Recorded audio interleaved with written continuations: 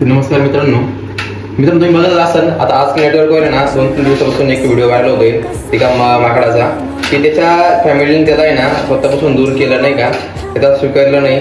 नंतर त्यांनी त्याच्या एक काही पडलेला त्याच्या जीवमध्ये पडलेला एका टेडीचा सहारा घेतला आणि त्याच्यामुळे त्याच्यात स्वतःची आई आणि मायेची काय म्हणतो ना आपण उपस होती नाही का.